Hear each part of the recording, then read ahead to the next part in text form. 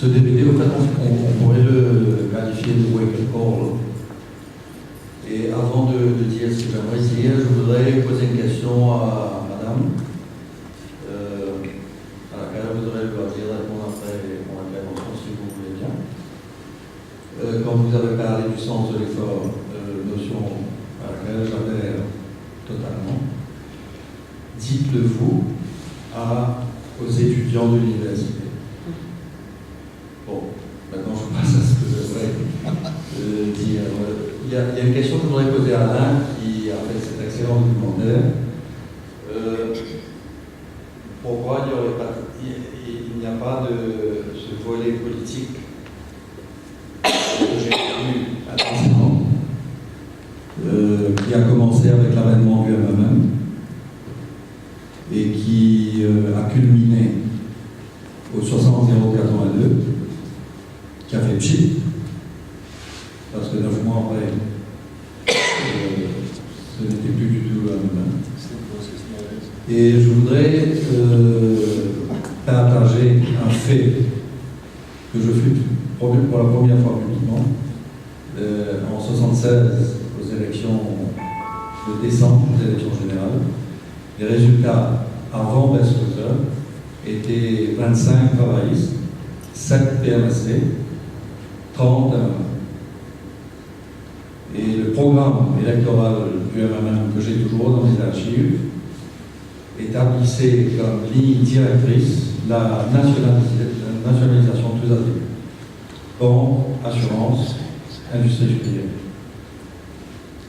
Et il n'y avait pas eu de coalition préélectorale. Et Gaëtan Duval, qui avait été candidat au numéro 4, ne passe pas, n'est pas élu député et est complètement achevé par ces élections. Et je faisais partie d'un groupe qui, à l'époque, s'appelait Horizon 2000, qui était un groupe de jeunes supposément intellectuels, dont l'objectif principal était de contrer, de tordre le cou à l'avènement de ce parti que nous considérions comme étant radicalement de gauche, voire sous certains rapports trotskistes ou alors communistes. Et nous nous étions inspirés du livre de Giscard d'Estaing, notamment, qui s'appelle Démocratie française, pour soumettre au PMSC des idées de programme électoral socio-économique.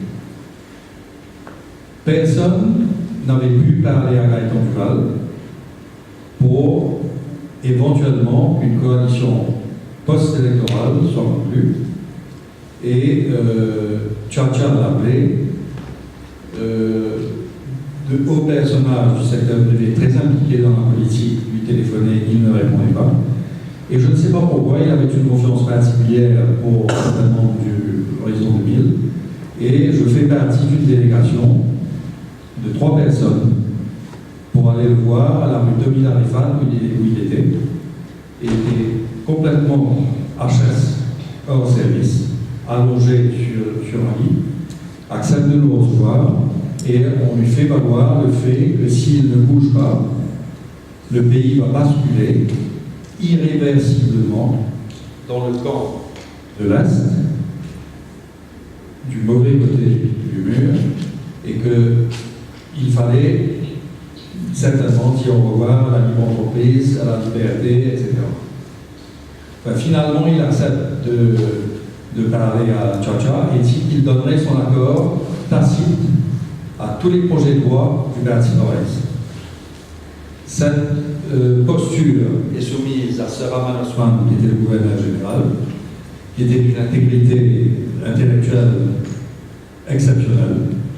Et Sir Rahman, à juste titre, refuse cette proposition et dit que la seule chose qui le conduirait à demander à Tchatcha Amboulam de former un nouveau gouvernement serait une coalition en bonne et due forme avec le PMSC et des ministres PMSC. Rebelote, on va voir Gaëtan qui finalement accepte. C'est ainsi que il y a une coalition post-électorale qui est conclue avec des ministres de MSD, je m'en souviens, Maurice Valls, administration régionale, Élisée François au logement, Nicole François à Rodrigue, Benoît tournée général.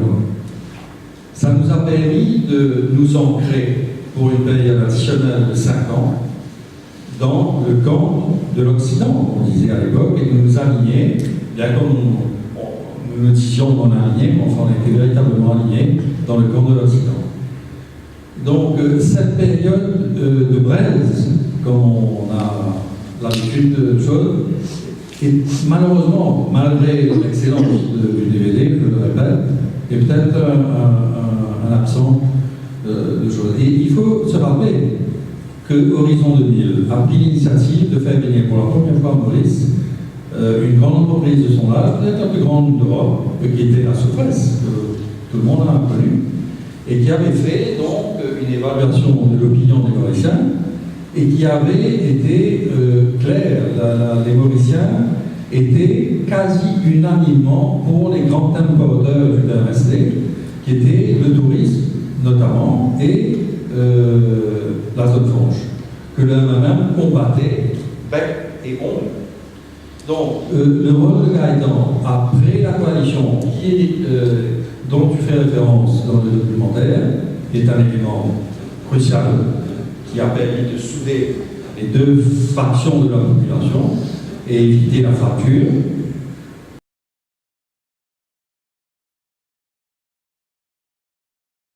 Il y a quelque temps de cela, un ancien militant m'a envoyé une belle photo de l'équipe gouvernementale de 82. Heureusement ou malheureusement, j'étais à l'époque ministre du Plan. Et à l'arrière, il a écrit l'équipe qui avait trahi l'espoir de la population en 82. Et Finlay faisait partie de cette équipe-là. Pour les jeunes qui sont là, qui ne connaissent pas l'histoire de notre pays, Finlay Salès était député très actif depuis 1976 d'ailleurs. Je vous raconte cette anecdote parce que il y a des décisions qui ont été prises en 82, mais qui ne sont pas suffisamment reconnues comme des décisions que je considère extrêmement importantes et qui a joué un rôle important dans l'avenir de Maurice. Je vous donne quelques exemples. La décision de ne pas aller de l'avant avec un recensement sur une base ethnique a été prise en 82. Le recensement tombait sous ma responsabilité et lors d'une réunion au bureau d'Adéo Diagnat, à l'époque Premier ministre, où il y avait Paul Bélanger, Kader Raya et moi-même, on a décidé de ne pas aller de l'avant avec le recensement.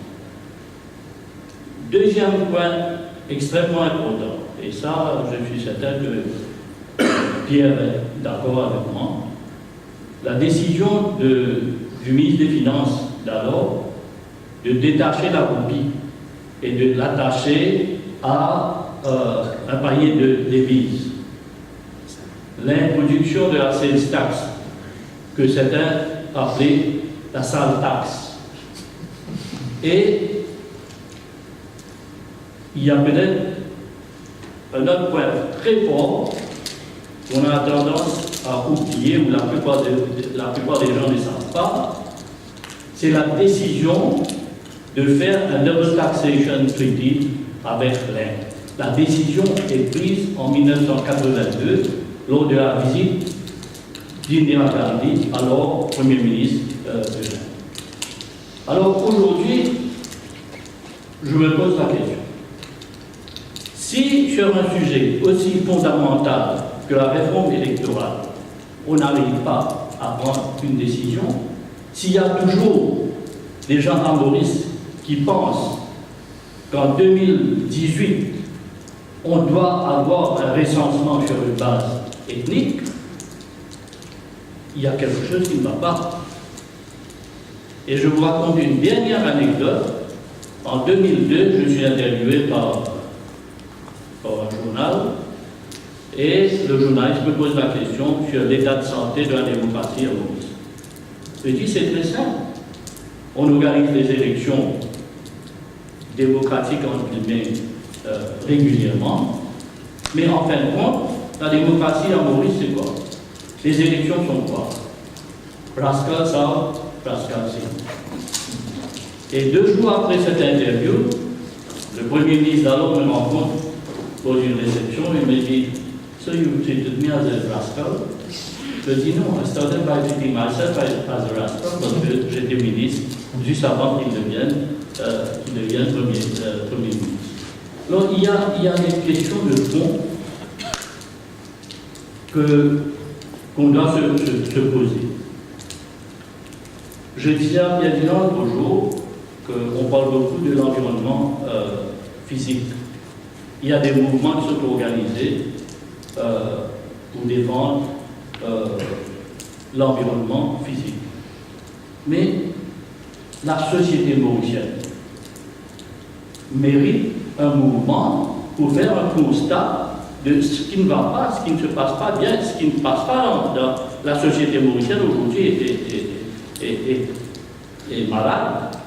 Mais malheureusement, le court-termisme, pour reprendre ce que vous aviez dit, on est trop court-termiste dans notre approche, et ça revient, encore une fois, je fais mon meilleur culpa, on n'était pas aussi prenant de tout ce qui se faisait. On arrive au pouvoir, et tout de suite on décide comment on va rester au pouvoir, comment on va gagner les prochaines élections générales. Et je suis très fier de dire que j'étais très actif dans la politique mauricienne pendant 40 ans, mais comme je disais à un journaliste l'autre jour, j'ai jamais pu être un politicien. Je ne sais pas si vous allez me voir, mais c'est ainsi. Parce qu'à l'époque, il y avait des technocrates, il y avait beaucoup plus de technocrates comme ministres que des politiciens. On gérait notre ministère plus comme technocrates. On a payé un prix très très fort pour ça, mais en fin de compte, ça valait la peine. Merci.